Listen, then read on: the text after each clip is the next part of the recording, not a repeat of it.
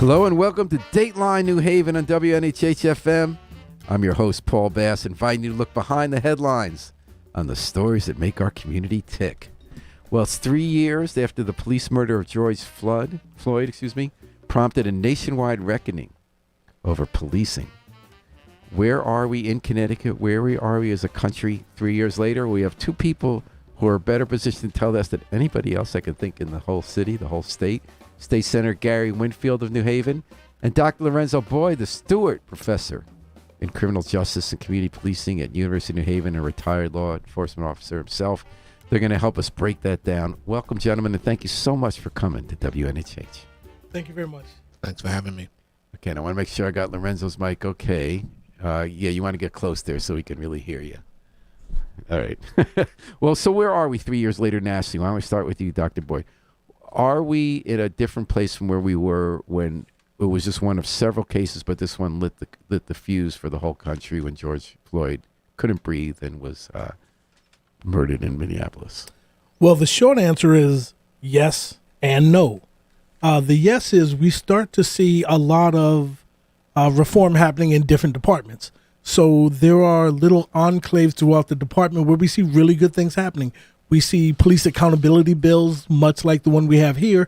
Different states are starting to do that. The no part is we really need national reform. We need national standards, but we haven't even begun to scratch the surface with national reform. And when you say that you're involved in a lot of national organizations, are you talking about civic organizations, police organizations, or are you talking about Congress? Because Congress ain't happening. Tim Scott tried to do a bipartisan bill, didn't happen. What kind of change do you think needs to happen, and where can it happen from? I think it needs to be governmental change, and I think it needs to be legislative reform.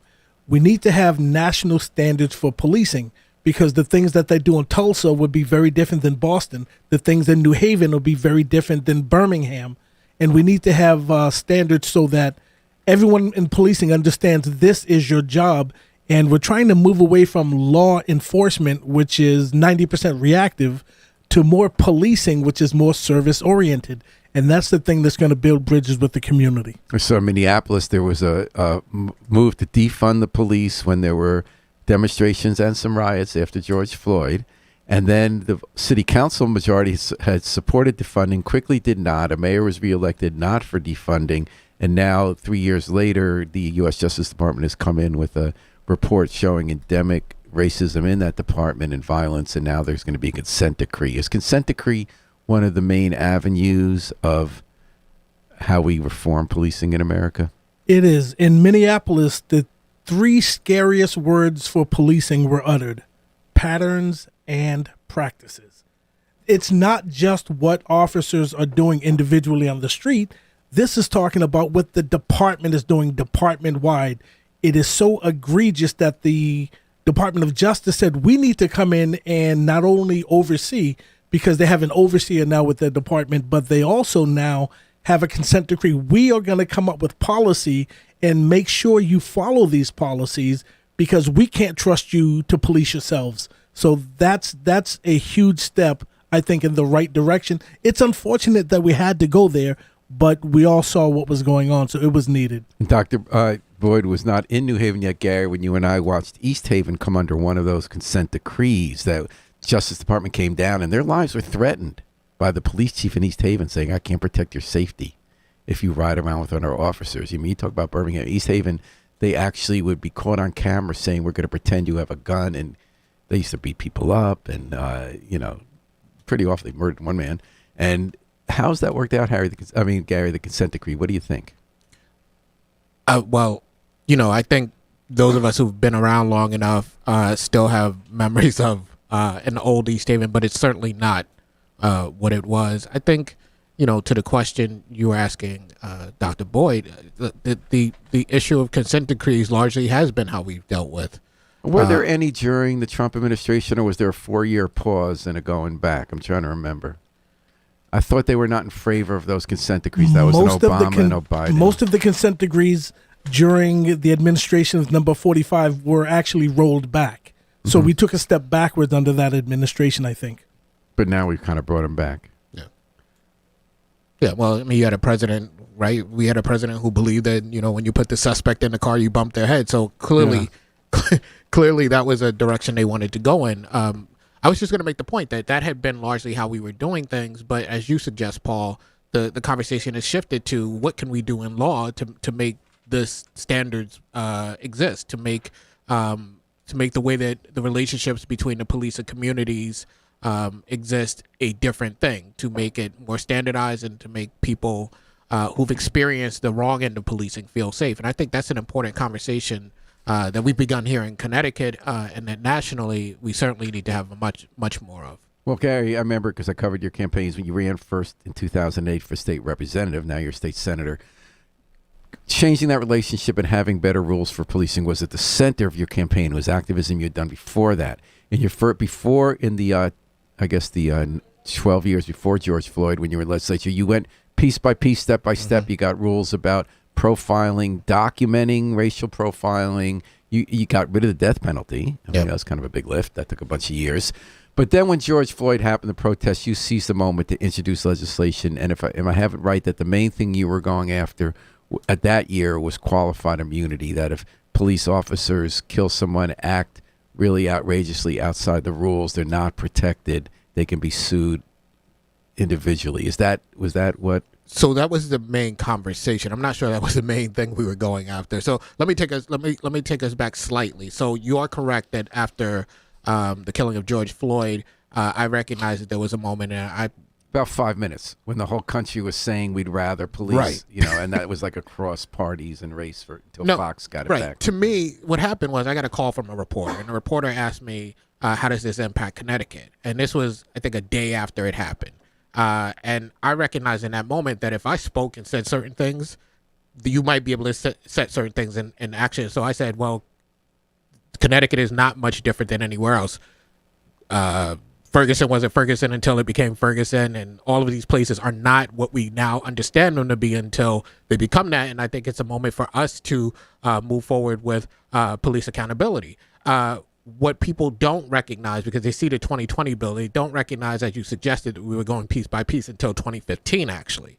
In 2015, that's when I did the first multi-section bill. That was followed up by a bill in 2019 after the incident with the Yale police and the Hamden police in New Haven, which was also multi-section. And then there was supposed to be a break, right? Normally there's a break between these things, because if you don't have a break, there's a lot of pressure and people feel like you're just going back to the well. But with the advent of the incident with George Floyd, it was an opportunity to talk about this. And so, yes. Governor Cuomo saw that same opportunity. Correct me if I'm wrong, was it about having public records of police misconduct thing on the files, or was it about qualified immunity, that he got something to do with the legislature there, Governor Cuomo, in this 5 minutes?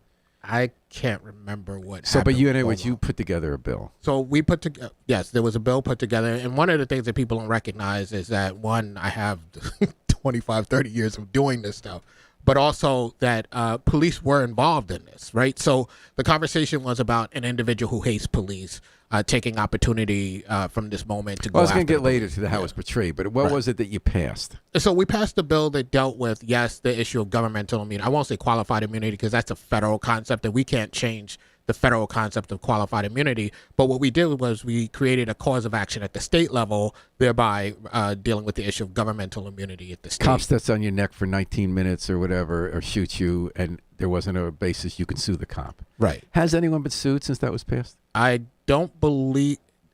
There was talk of a case, but I don't believe there's been anything so this is so what far. got me about that, Gary. So it seems like people outside, and maybe you could weigh in this, Dr. Boyd, when there's an argument that goes on about any kind of incremental steps to police accountability, immediately the police union says, we can't do our job now. And some people actually stop doing their job and saying, you hate police now, that what's your thing. Whereas in the real life on the ground, as a reporter, I've always had the sense that almost nobody will actually sue a cop. And if they do, even if the cop has immunity, you almost never win, because juries and the criminal justice system are so, whether you think it's right or wrong, they're given to give the cop a break because of how their job is done and all that. So it would have to be so egregious. Like, it's been 3 years since Gary passed that bill. Nobody's been sued, and yet they claim this stops people from doing their job, and there's such a backlash to it. What's that about? Am I wrong about how that works on the ground? Well, let me just take a step back. The whole argument that police are less likely to do their job. There was a theory that was debunked called the Ferguson effect that said, when you hold police accountable, then the police are less likely to do their job. And I'm in the process of finishing a policing textbook with Cengage. It's policing past, present, and future. And I introduced the term blue fragility. And we're all familiar with the term white fragility, where white people who don't typically talk about issues of race, when we bring up race, it makes them feel really uncomfortable. The blue fragility part is the police are not used to being held accountable for things, because the police tend to get a pass because the rhetoric will come out. It's the police that separates us from anarchy, as though there's nothing in the middle. And all of a sudden, we're now starting to hold rogue officers accountable. And then they're saying, well, if that could happen to them, that could happen to me. And a lot of people are kind of in their feelings about it, when the truth is the vast majority of police officers do a great job every day, and they interact with the community really well, so they have nothing to worry about. How many years were you in law enforcement? 14 and a half. Sheriff? Yes. And so how did you feel about that? Did you ever feel like people are too hard on the cops? They don't understand what you go through? The only time I got any heartburn at all was when the Rodney King beating happened, and I was in Boston. I remember driving and waving, and then someone gave me the finger, and I turned around and I was like, what is that about? And they said, we saw what you guys did to Rodney King. And here I was in Boston, 3,000 miles away.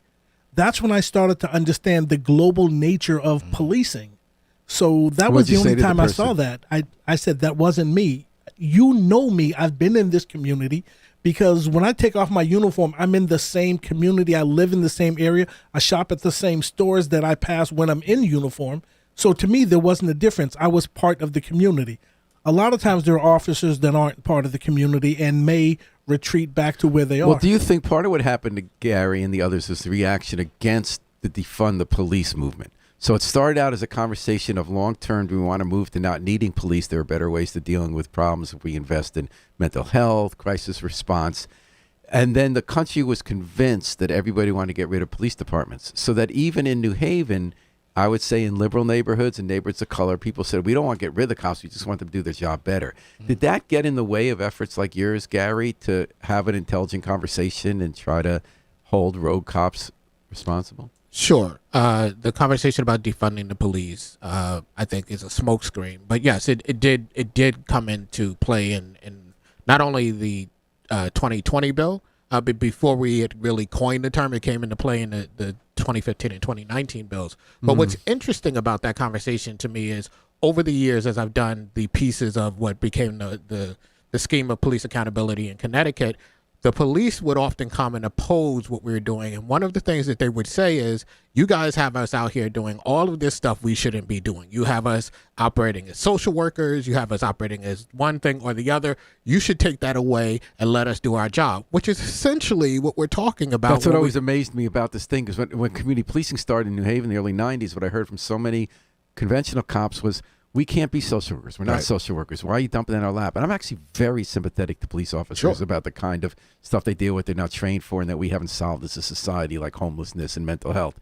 But then when the proposal was to spend on that, as Gary said, people said, oh, you're taking away our money. It's how it's framed. I think that's the problem. Saying the words defund the police is problematic even to me. What we're talking about is resource reallocation. It's the same song and dance every police chief and every mayor or every city manager has every single year. We have a finite amount of money coming from the state or coming from taxpayers. How do we allocate this money? And what a lot of people in the community are saying, traditional policing, the way we currently doing it, can be improved. Can we reallocate some of this money that we use to fight crime? Well, in New Haven, we have a very modest crisis response team. It took a few years. They seem to be doing a good job. Mental health people go out and work with people in crisis. The goal is one day have 10% of the 120,000 911 calls dealt with. So it's not going to take a big piece out of it, but the idea is that this can stop those terrible interactions. Gary, do you think they're making a difference? Is this the right way to go? Is this what you had in mind? The concept is more of what we had in mind. I haven't had the ability to assess how well they're doing, so I won't speak to that. But it's certainly in line with the thinking, right? Look, we don't want police to show up to circumstances where the skills that they have, the tools they have, do not apply. So it's the very reason why, and I don't really want to go down this path too far, it's the very reason why I have the perspective I have on school resource officers, right? I think when we talk about police being in a setting, they should be appropriate for that setting. And there are places where they're appropriate. There are places where they're not. And I agree with the police who came and asked us to reallocate resources that we should be doing that. And then you did it, and you're called a cop hater. And now every time we write about a crime, just to be honest here, every time there's an independent a crime that you really wish hadn't happened, and you really wish the person be arrested for shooting somebody to death, they'll say, Senator Winfield got what he wanted by having a police accountability bill. How does that feel, Gary? I mean, we're laughing now, but how does that feel? To be honest, I'm almost, at this point, it happens, as you suggest, almost every time. I'm almost It's pretty automatic. I think there's an automatic key like Alt W that they all press. I feel like I'm almost immune to it. I get it. I get why people have that perspective. But it has not deterred me from doing what I know to be the right thing. And I will remind people, all of the police accountability that I've done has had police involved in it, in the crafting of it. So it's not, and I have a long history. So this is not done by. You were in the military, right? You were in the I was Navy? in the military. I've been an activist since I was 18, talking about issues of policing, involved with police in one way or the other. This is not somebody who woke up and said, I hate the police, and has the ability, because I'm in the legislature, to do legislation. This is someone who is engaged with police, who has a long, 30 plus years, who has a long history of being involved in this, and wants to make this relationship between the police and communities, particularly the black community, a better relationship. And we're talking about 3 years after George Floyd, Black Lives Matter protest, and the continuing slaughter in our street by people with guns, AR-15s, and we're talking about that. Where are we now 3 years later? State Senator Gary Winfield and Dr. Lorenzo Boyd, the Stewart Professor in Criminal Justice and Community Policing at University of New Haven. So we just finished the state legislative session, Gary. As usual, you're quoted often because you're now the chair of the Senate chair of the Judiciary Committee. All these bills come before you and get molded with you and by you about how we're going to police in our state. How did it go this session? What did you win? What did you not win? What got done? What didn't get done? So largely, we didn't deal with police. As you know, one of the big bills this session was the governor's gun bill, which started off as a humongous bill and got pared back, as bills tend to. One of the big issues there was about what they were terming serious firearm offenders. And you familiar with this, Dr. Boyd, when you talk about the small number of people who commit the most, and you're often involved in studies like this that look at who's committing the crime and how best to deal with that small number. And you may remember that the conversation when the mayors came before my committee turned into this whole conversation about me wanting to let these serious firearm offenders be out in the community and shoot folks, because I had opposition to the proposal that had come before us. What had happened was we had a proposal that would that ostensibly was to get people who were the shooters, but would take any young person on the street who happened to have a gun, which is illegal, and there are already penalties under the law for that, would take any of them and apply these provisions to them. And so my issue was, if we're saying that we want to get those who are serious firearm offenders, we should craft it that way. And let's just tell people what it was. Do I have it right that the proposal before you, Gary, was to say if someone's already been involved in serious firearm offenses and then they're arrested again, we're not going to make it as easy for them to be out on bond.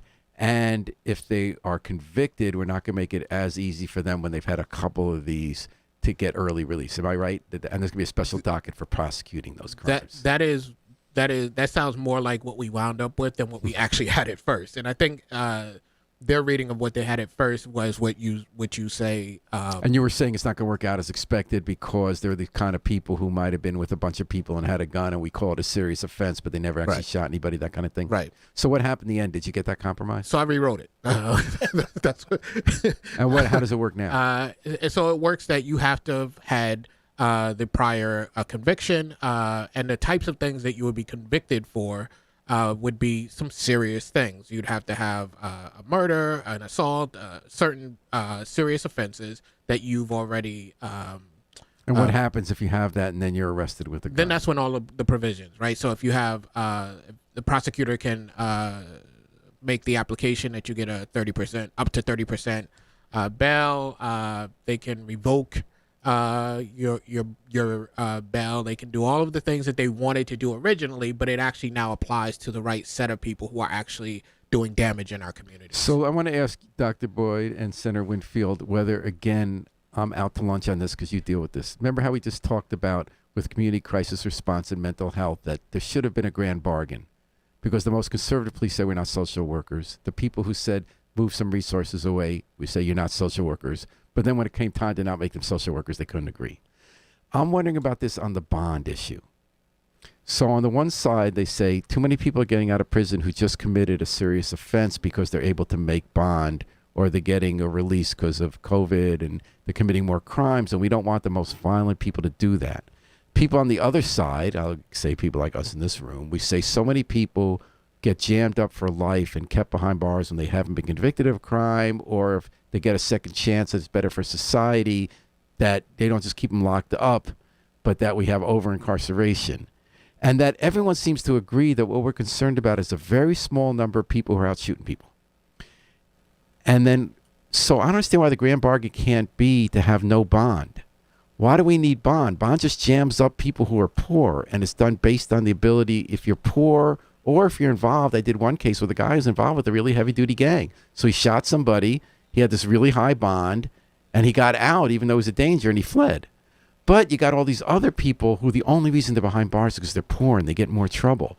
Why couldn't everyone just agree that there's a very small number of people who pose a threat, you convince they pose a threat, have nothing to do with money, don't have a whole industry of bail bondsmen, keep them behind bars, and everybody else you don't lock them up pre-trial, and you don't have a whole business, and you don't have criminal justice based on income. Why isn't that great? Why am I so out to lunch and thinking that can't just happen? I don't think you're out. You make the law, you have to know, and where you study this. I am obviously out to lunch because it's not happening. It seems to me when I listen to debate, everybody kind of agrees while they're yelling at each other. You even agreed that you felt that you're okay with a bill that had a very small number of people who weren't going to be put back on the street. As long as it was the small number of people. It was the right people. Yeah, as long as it's the right people, which has always been my position. I don't think you're out to lunch. I think there are a lot of people with different interests involved here, right? In the space where I am, where you have Democrats and Republicans, and then you have a spectrum of Democrats, they have to go back and explain why they've done what they've done to the people they represent. And that is often a difficult thing to do. So part of it is the way people hot dog crime. Sure. So you say, like, just if there's a bad crime but everyone's scared, you could say Gary Winfield wants the people out of prison. But isn't it, and were you also talking about the bail bond industry? Because it doesn't serve, does it serve, Dr. Boyd, any purpose for society to have a bail bond industry? Well, people would argue that it does, but unfortunately it turns our jails and prisons kind of into debtors' prisons that many people are in because they can't afford to get out, as opposed to their level of seriousness. And the people we don't want to get out are the ones who do get out. Mm-hmm. Either they're rich and they're dangerous, or they're with the Bloods. I mean, I had one guy recently who was with the Bloods. He got out, and then he skipped town. He just shot someone because the bond was so high that you're dangerous. You should have a higher bond. That just means you're really dangerous because you're in a gang, so they got access to money. But who can have this conversation? So I can't have this. So given my history and the things I've worked on, as soon as I start speaking, it's because he's soft on crime and he wants to let everybody out, right? That's not true, but it doesn't matter whether. But you do come from a district where people do listen to you. You've gotten reelected pretty handily now. I don't think you've had a serious challenge in forever 15 years. Yeah. But that's my district. But we don't function at the state capitol. You want to succeed. You want to at the Capitol be able to pass laws. You have to pass it, right? So that's the issue. So when we are in the Capitol, the conversation is about what about the victims? And I don't know if you saw this, but there was a debate where the Republicans were going on and on about the victims, and I got fed up with it, quite frankly. And I was like, you don't listen to victims. I mean, I've been a victim of, I think it's 14 crimes in my life.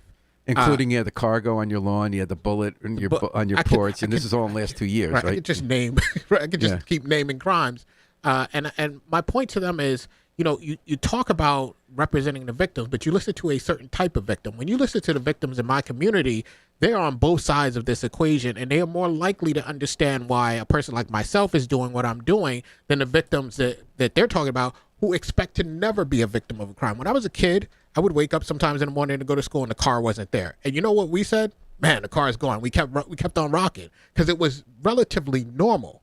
I slept with a knife under my mattress because people would break into my apartment and do whatever they were going to do. So it's not right, but I had a different set of expectations. And so they don't represent those people who might actually have people who they know or people who they're in their family who might don't humanize. Right. Dr. Boyd is involved in a really interesting study right now. I'm wondering if that gets to humanization. So you and Carl Mingus at UNH just got $1 million from the federal government to analyze how to break the cycle of gun-related violence. And one thing you're going to do is you're going to train 200 law officers in interviewing people who have experienced trauma and building up relationships with local communities. How is this tied to guns, and how are you going to carry this out? Well, there's a lot of things that are going on. One is we need to increase the trauma-informed policing. And there's a lot of crimes that happen. There was a big crime that I read about in the book The Other Side of Prospect when Mr. Field was shot and killed. There were 7 people that physically saw that, but when the police came out to interview, everyone had amnesia. Part of the problem is we need to train police to understand the trauma that community members are going to so they can know how to approach them. So if you go on a call and somebody's a victim of sexual assault, you're not going to walk up and put your hand on them because you understand their trauma. The more we can get the police to understand community trauma, the better that they will deal with them. And do you think that would get people, because part of what happened in that book was there were fear about snitching. Fear, one, they didn't trust the cops because they knew the cops set people up, as they did in this case with Bobby Johnson. That's the big part of it. The snitching part, not so much. It's the I don't trust the police. And at the time, back then, New Haven's got a different police department now than it had 25 years ago. And I think the no snitching, although it's still there, if we can build relationship with communities. Do you think they're doing it? Because some readers have been pushing back at me because they say, well, they're making these homicide arrests, and sometimes, which we weren't making before. And sometimes it just means, like some departments, they're just, like we used to, we're just setting people up. You don't have really good evidence. You're just saying, I cleared it, and you frame them. Other times it could mean they're starting to trust you and giving you good information, or you're doing the hard work to also back it up by getting physical evidence, of which technology has helped make that happen.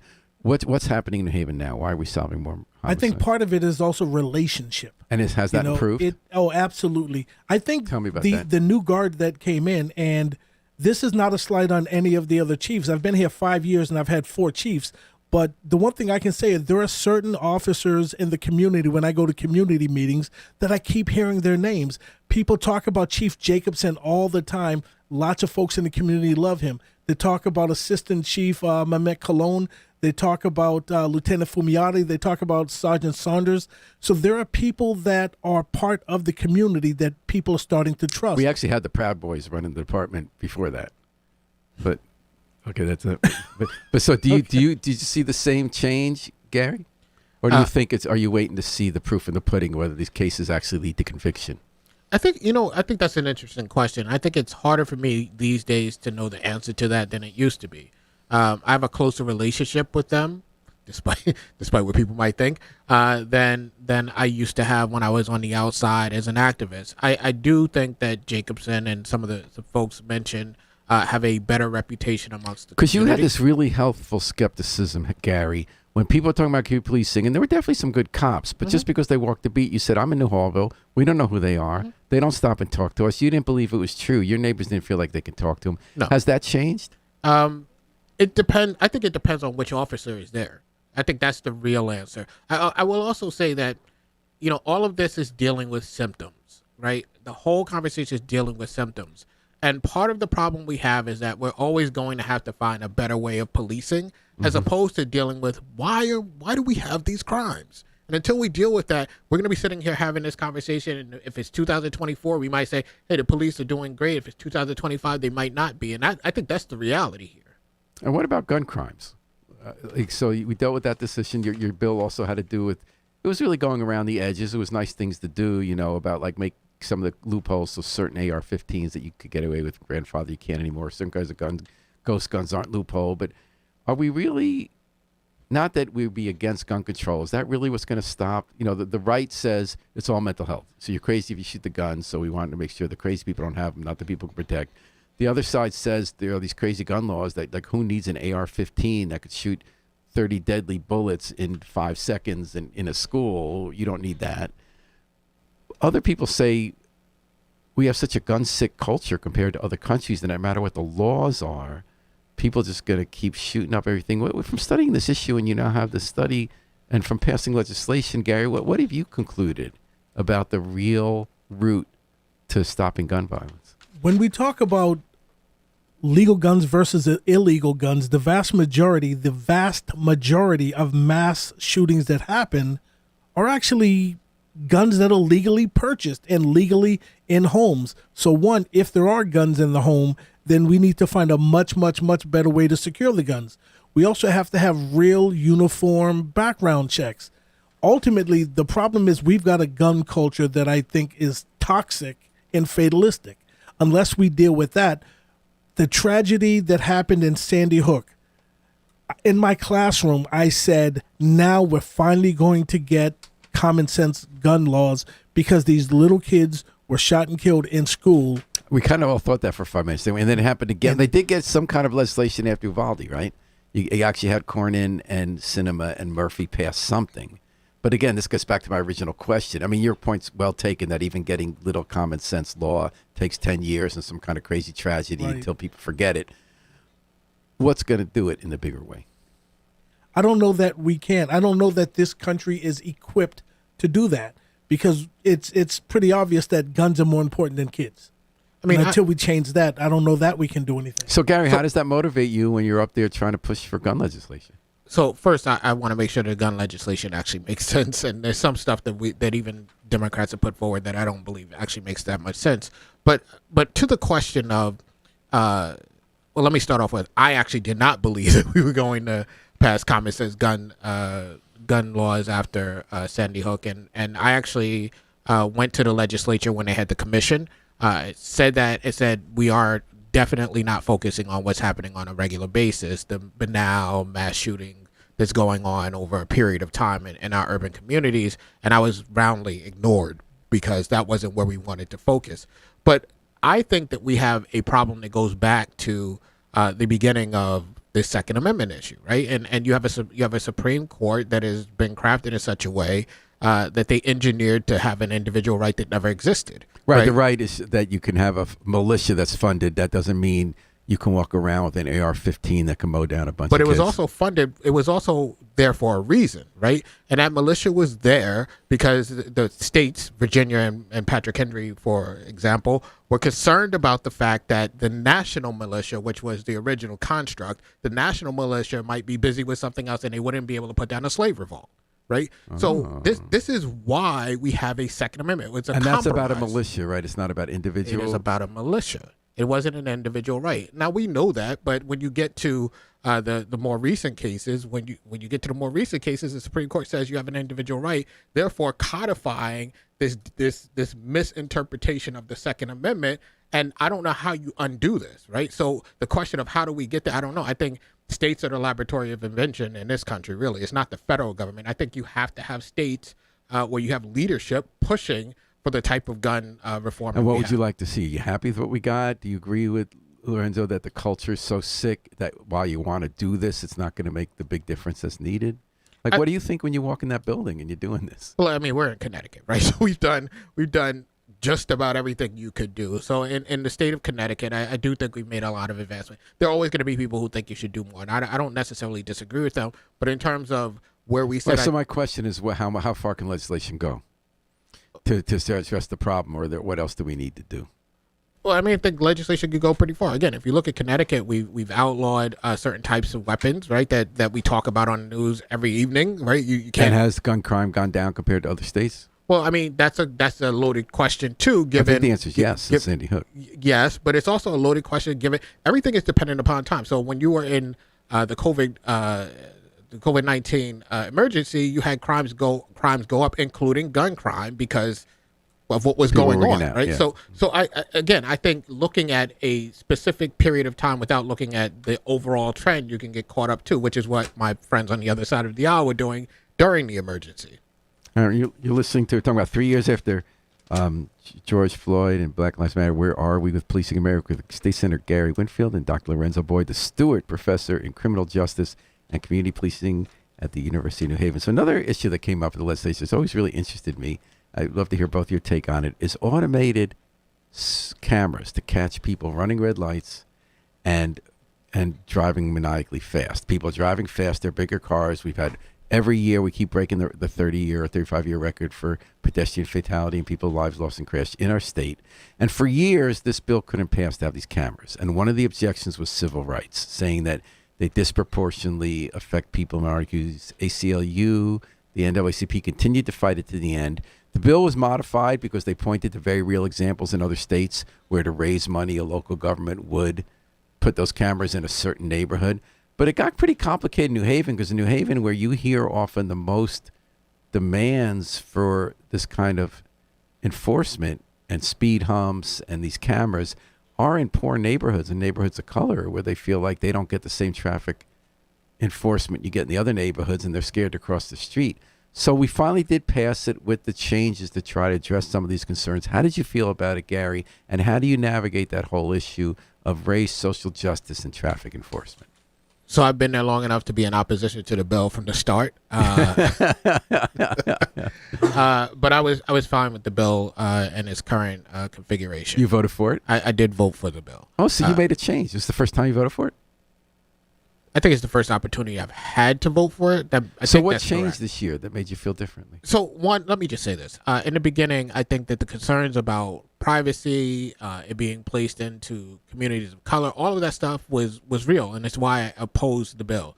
Over the years, the proponents have actually listened, which goes a long way. They've actually listened to the concerns that myself, the ACLU, NAACP have. I recognize that NAACP is never going to move off their position.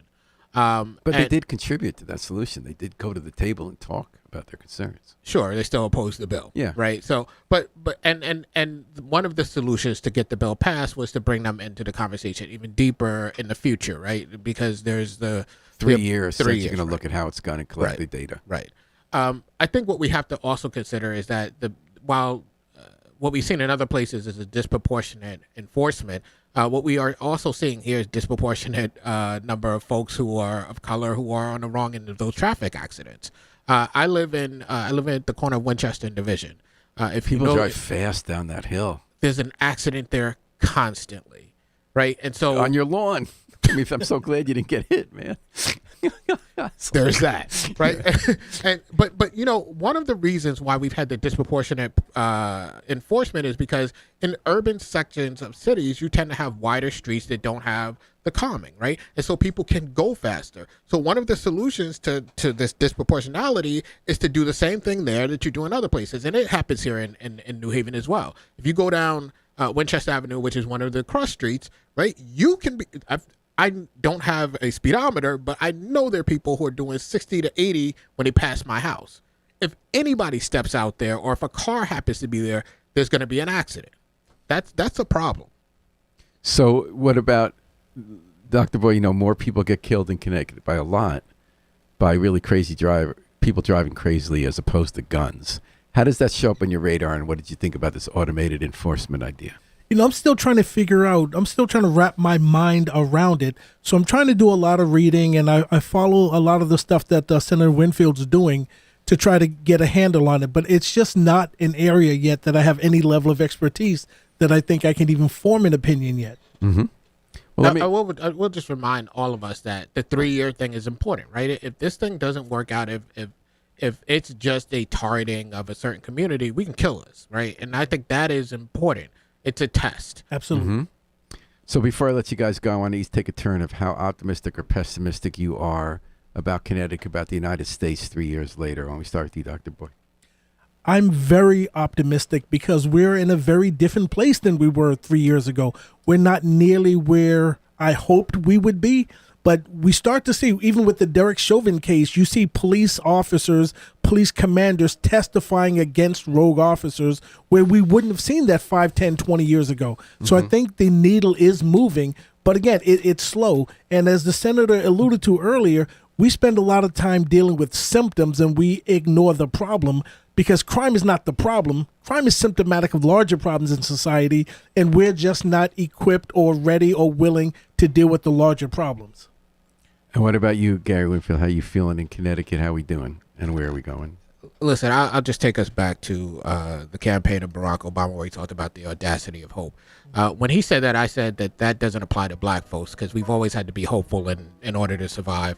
And I remain that way. And one of the reasons why is young folks. I've had the ability to interact with them and train some of them to do what I'm doing. And I know that they are equipped to lead us into the future. So hopeful, absolutely. And do you feel we've made progress in 3 years in Connecticut? We're constantly making progress in Connecticut. I won't let us not make progress. All right. Well, that's a good note to end on. but not unrealistically. I'm not hearing unrealistic hope. I'm saying there's a reason for you to go back to the legislature, Gary. There's a reason for you, Dr. Boyd, to take that $1 million and train cops in trauma-informed policing and come back a year later and say how it's got a little better, right? Absolutely. All right, well, thank you so much for joining us. And Thank you. to Harry Drost behind the controls, as always. State Senator Gary Winfield, Dr. Lorenzo Boyd, the Stewart Professor in Criminal Justice and Community Policing. Thanks so much for sharing your insights. And now, back to work, guys. Good job. Thank you. We're going to take it out with the Afro-Semitic Experience performing I Wish I Knew How It Would Feel to Be Free from the group CD, A Plea for Peace. This is Paul Bass inviting you to fly free with us all day and all night long at WNHH, New Haven's home for community radio.